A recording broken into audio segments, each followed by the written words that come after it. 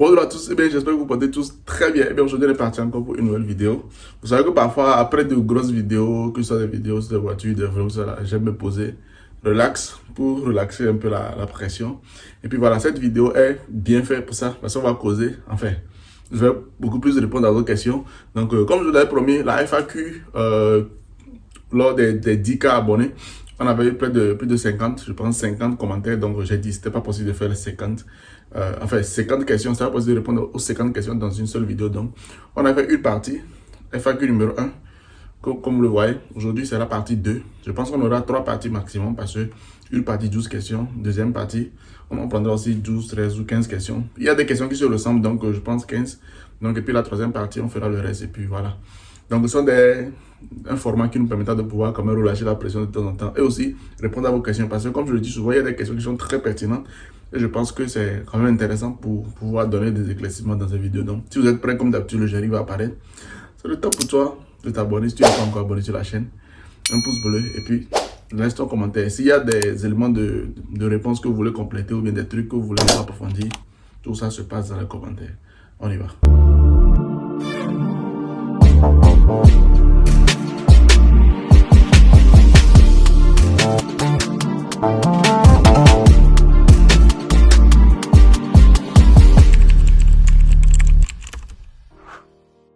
Eh bien, on est reparti pour cette vidéo, on va aller très rapidement. C'est vrai que c'est une FAQ, je vais prendre mon temps pour répondre aux questions, mais bon, on va aller très rapidement pour que la vidéo ne dure pas une éternité. Donc, tout d'abord, la première question qu'on a retenue pour cette deuxième partie, c'est qui est votre clientèle cible?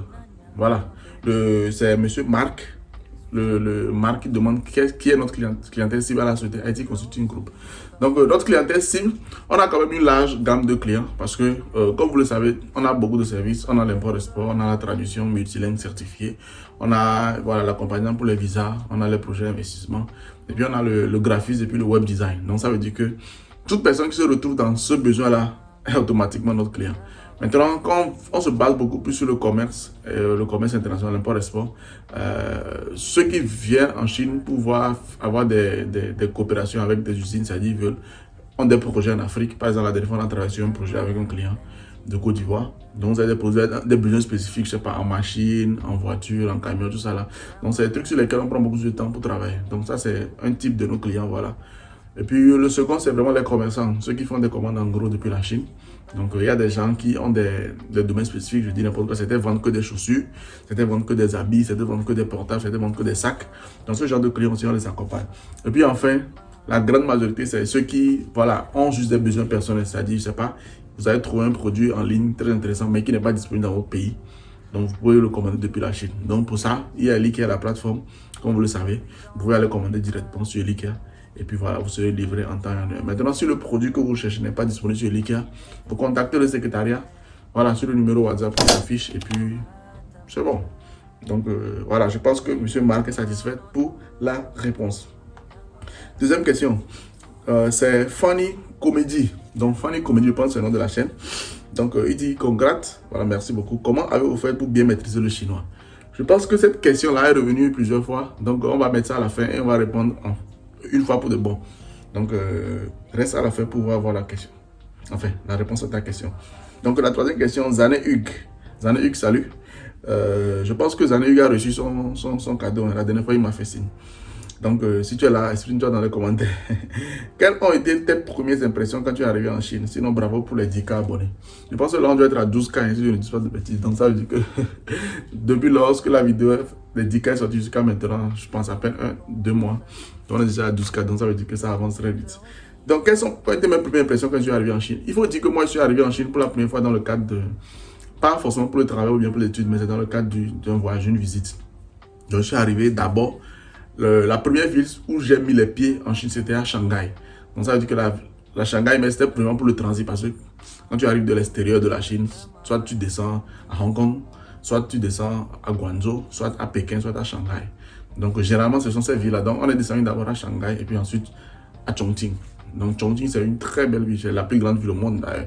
Très belle ville, ville touristique, ville montagne, tout ça. Donc Shanghai, j'ai été d'abord ébloui par l'architecture parce que c'était la première fois de voir en Chine. Donc, déjà, même l'aéroport, je suis allé à plusieurs aéroports, mais l'aéroport de Shanghai, C'est un truc de malade. Je pense que en ce temps, c'était l'aéroport de Pudong, je pense. Maintenant, ils ont construit encore un nouvel aéroport à Shanghai qui est actuellement le plus grand aéroport du monde.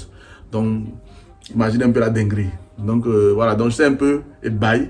Parce que je me rappelle aussi qu'on descendait, j'étais arrivé dans le temps en hiver. Donc, on descendait vraiment le froid.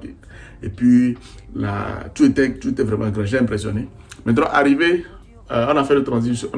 J'ai arrivé ensuite à Chongqing. Donc, Chongqing, vraiment... merveille. Je pense que c'est cette expérience-là même qui m'a vraiment donné encore beaucoup plus de motivation de pouvoir revenir en Chine. Parce que ma première expérience était trop bonne. C'est vrai que voilà, quand tu vis longtemps en Chine, tu commences à voir aussi les mauvais côtés de la Chine. Mais la première expérience, c'était top. Donc, je n'ai pas trop duré. J'ai fait quelques semaines. Et après, je suis reparti. Ça, c'était ma première expérience. C'était ma première impression de la Chine. Maintenant, le reste, beaucoup plus compliqué. Mais ce n'est pas la question. Donc, on continue. Question suivante. Anita Mawena Legba. Alors ma question, pourquoi êtes-vous aussi gentil? Quand j'ai vu sa question, ça m'a fait sourire. En fait, voilà, merci beaucoup. Je pense, je ne sais pas si je suis gentil, je ne sais pas. Bon, je pense quand même que j'ai une personnalité assez compliquée quand même, mais bon. Merci, je trouve que je suis gentil quand même, merci beaucoup. Question suivante. Eh bien, pourquoi je suis gentil? Je ne sais pas. Je pense que moi-même, à la base, je ne suis pas gentil, mais je pense que j'ai hérité un peu des gènes de ma daronne qui est quand même une personne extrêmement gentille. Donc, coucou à elle si elle regarde cette vidéo, maman.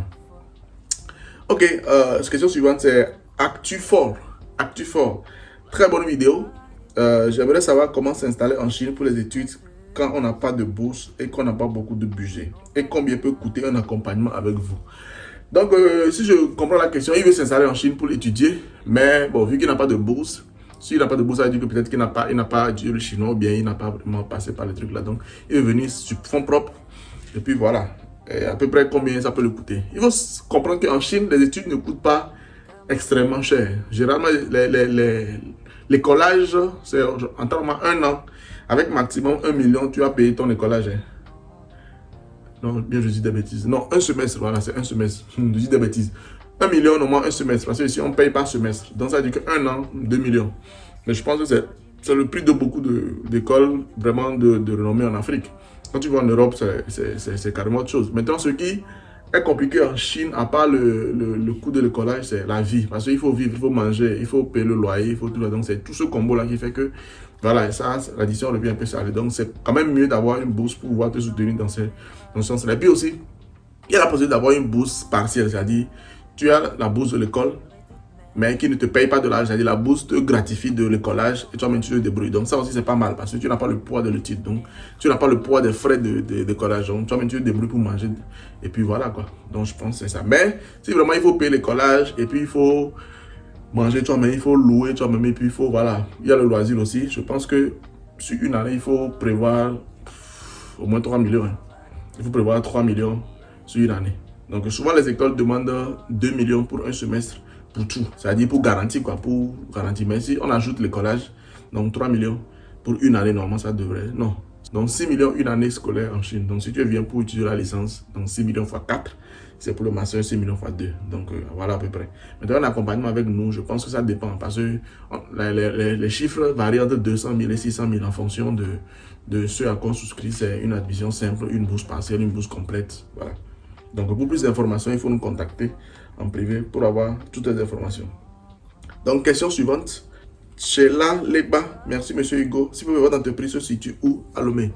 Donc la cliente demande notre entreprise, je parie qu'elle parle de notre siège, IT Consult Group à Lomé. Notre siège à Lomé, situé à Lomé, bon ça se situe dans la zone de Torti Djolé.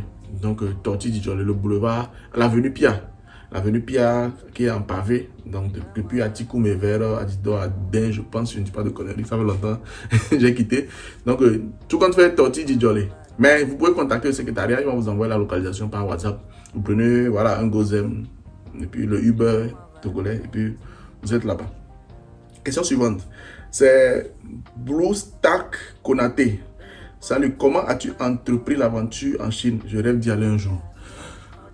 Comment j'ai entrepris l'aventure d'aller en Chine? Il faut comprendre que, comme je le disais tantôt, la première fois que je suis venu en Chine, c'est vraiment pour visite touriste et ça m'a plu.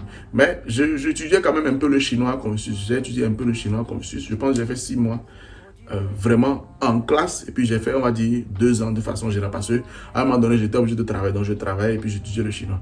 Mais j'avais l'ambition quand même de venir. Puis j'ai étudié, je suis économiste et financier. Donc j'ai fait une licence, je voulais venir faire le master.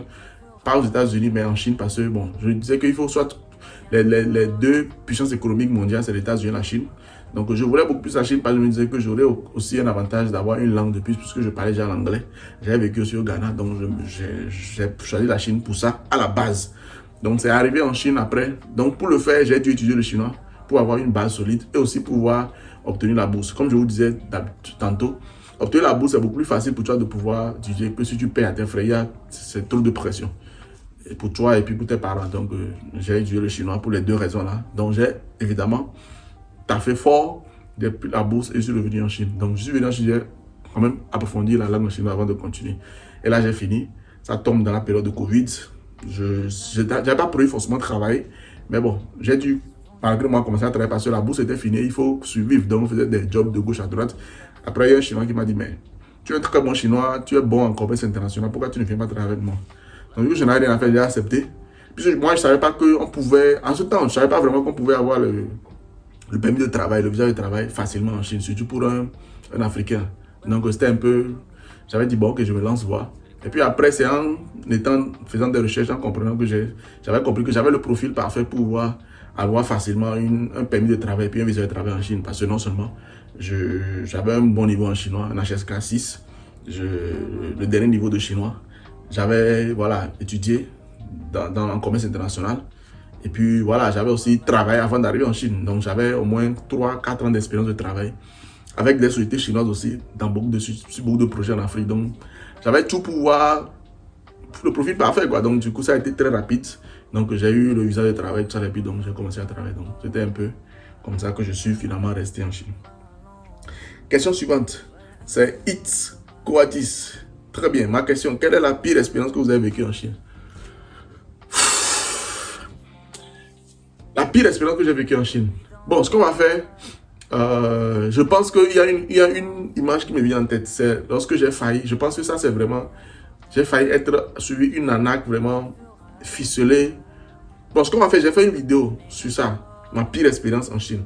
C'est vrai qu'il y a des petits trucs où tu subis de racisme, où il y a des trucs des Chinois qui se commandent pas mal, mais je me dis que bon, ça, c'est des trucs courants. Mais là, le truc qui m'est arrivé, je vais mettre quand même la vidéo, le lien de la vidéo épinglé pour que vous allez voir ce qui s'est passé sur moi. J'étais choqué. Donc ça, c'est vraiment ma pire expérience que j'ai vécue en Chine pour le moment. Donc j'espère que tu vas aller voir la vidéo pour vraiment comprendre en fait ce qui m'est arrivé. Question suivante, Cosivi 007. Super. Est-ce que les études en Chine coûtent énormément? Je viens de répondre à la question là, donc on va gagner du temps. Question suivante, Lockdown D3Z. Félicitations, les Chinois sont sympas.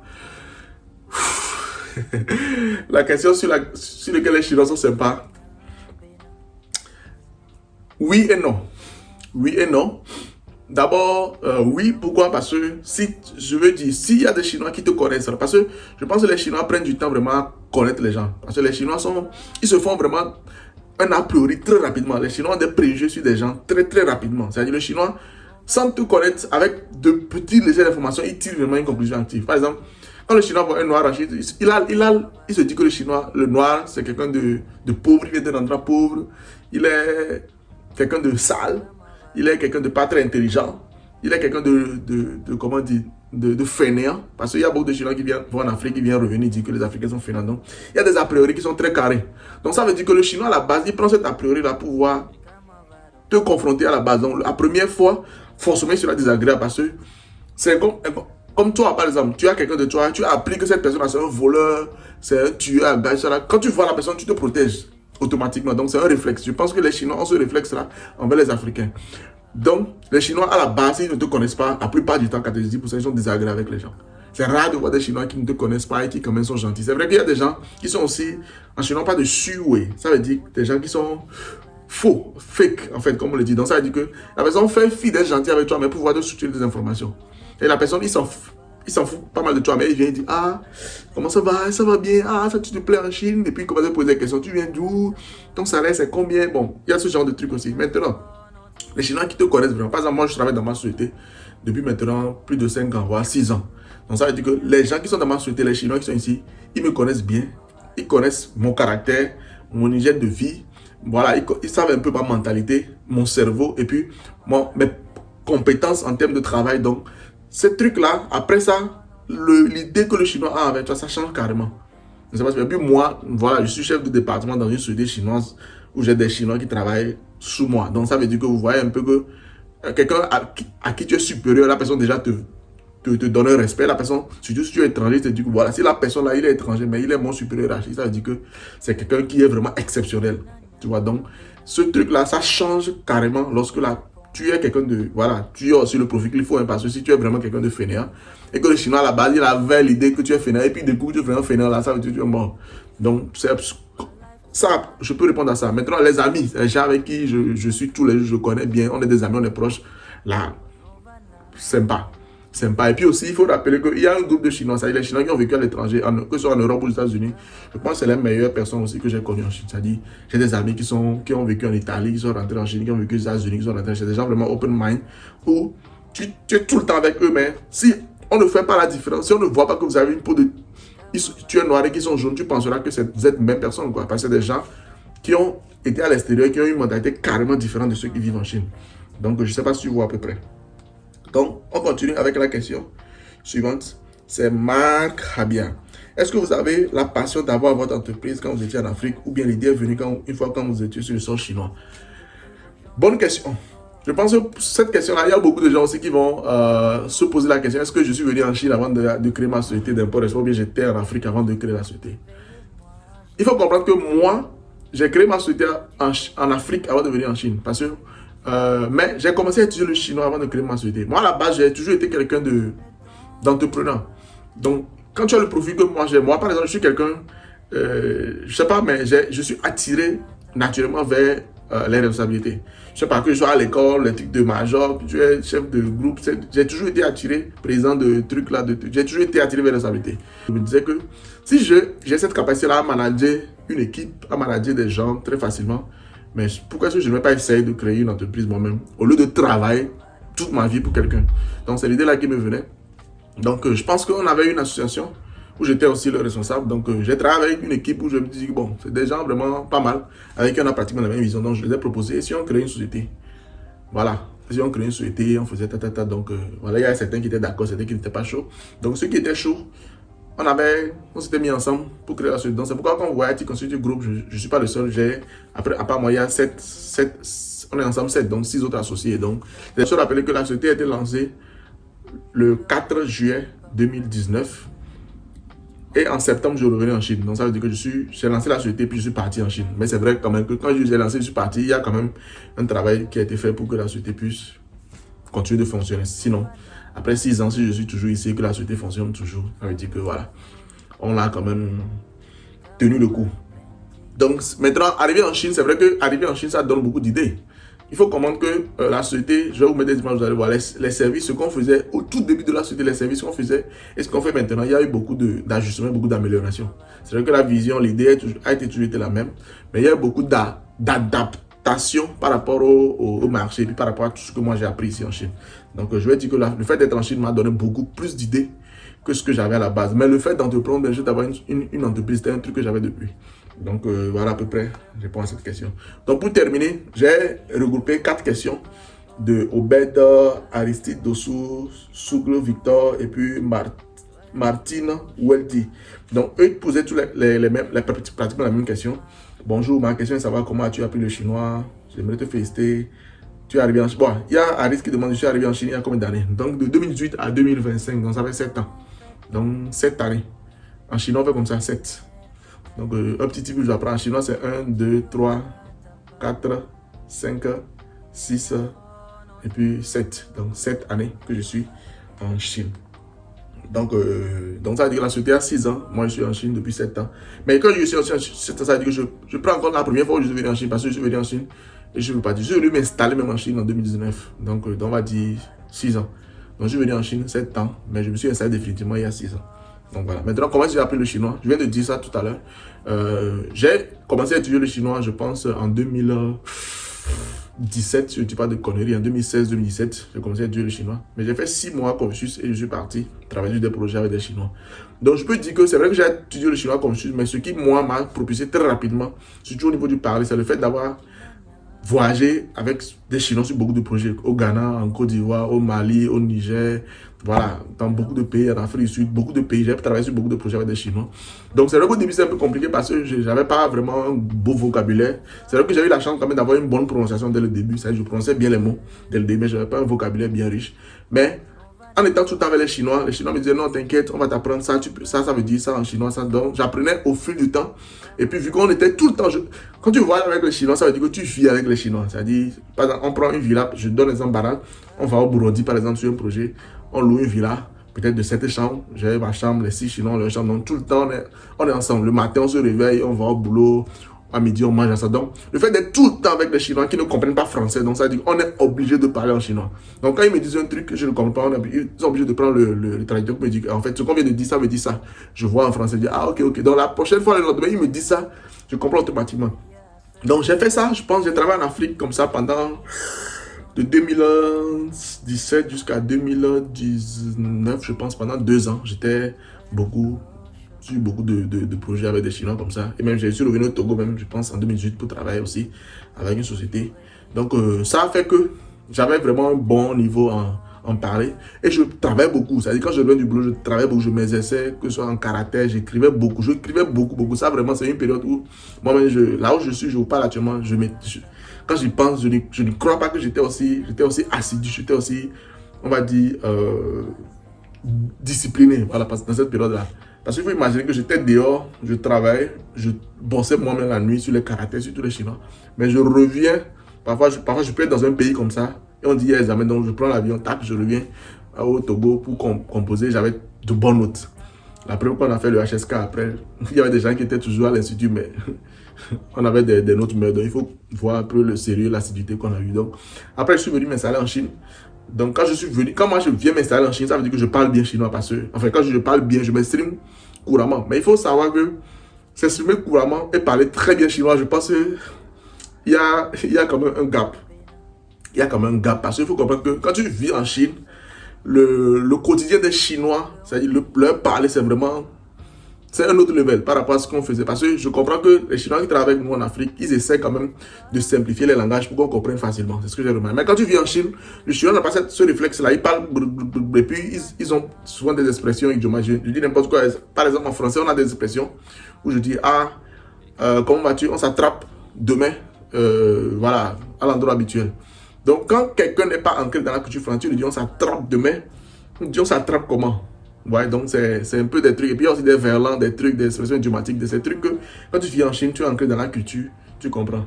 Donc, on va dire, puis moi je travaille dans une société chinoise, dans une entreprise chinoise où les réunions, les rapports, tout le monde, tout le staff sont des Chinois. Donc, c'est des trucs qui m'ont permis d'atteindre un niveau de chinois vraiment, voilà, où je suis aujourd'hui, je peux dire au sommet de mon art. Donc, c'est vrai que je rencontre parfois des gens en Chine aussi qui parlent très bien chinois. Je dis, ah, parfois, il y a souvent mes amis à qui je dis, eux, ils pensent que, voilà, Hugo, il y a personne, il y a aucun étranger qui parle mieux chinois que toi. Bon, je me dis que c'est parce qu'ils m'ont que côtoyé, mais je ne vais pas faire aussi l'humble pour dire qu'il y en a des milliers, il n'y en a pas des milliers. Mais c'est vrai que j'ai rencontré quand même pas mal de personnes. Mais ce qui me plaît, c'est que les profils que je rencontre et que je me dis, mais, ah, vraiment, les gens là, non, ils parlent chinois, puisque moi, ils sont plus forts que moi. Soit ils sont nés ici en Chine, soit ils sont des métis chinois et puis parents français sont nés en Chine, donc c'est comme des Chinois, donc tu n'as pas le choix, tu ne peux pas concurrencer un Chinois. Soit c'est des gens qui sont nés ici en Chine, soit des gens qui sont en Chine depuis plus de 10 ans, ou bien voilà, plus de 20 ans, des trucs comme ça. Donc je me dis quand même que voilà, peut-être que arriver en Chine en 2019, avec moi à la même année, et qui parle mieux chinois que moi, sans être voilà, suffisant, je pense qu'il n'y en a pas beaucoup. Ah, il y a mon ami, mon frère Igor. Mon frère Igor avec qui on était en Chine, c'est aussi un monstre du chinois. Donc il faut avoir peur de lui. Donc voilà, c'était quand même une petite anecdote pour pouvoir terminer cette vidéo, pour montrer voilà, le chinois. La dernière fois, j'avais posté une vidéo sur Transion.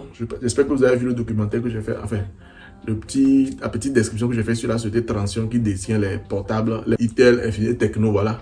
En Afrique, ça m'échappait. Donc il y avait quelqu'un, moi je suis en train d'expliquer en fait un article en chinois. Et la personne commentaire me demande, est-ce que tu es sûr que c'est ce que ils ont dit? Donc ça veut dire que l'abonné, il doute du fait que est-ce que j'ai bien compris ça. Donc au début je l'ai pris mal parce que je dis que le gars il se fout de moi. Après je me dis bon peut-être il a raison parce que comprendre le chinois vraiment de façon aussi authentique c'est pas dans n'importe qui. Et puis il ne me connaît pas, il ne connaît pas mon niveau donc c'est aussi normal. Donc voilà. Je ne vais pas monopoliser toute la parole. J'ai quand même été ravi de faire cette vidéo, surtout quand je lis vos commentaires comme ça et des trucs interactifs. Ça me plaît bien. Maintenant, pour ceux qui ont des questions maintenant concernant le business, tout ça là, nos groupes WhatsApp et Telegram sont là, mais surtout le groupe WhatsApp parce que désormais, chaque mercredi, on a un forum qu'on ouvre, c'est-à-dire on ouvre le groupe à toutes les questions et on répond aussi instantanément. Ça se passe tous les mercredis dans le groupe WhatsApp de IT Consulting Group de midi à 17h, à 16h GMT. Donc voilà. On est à la fin de cette vidéo.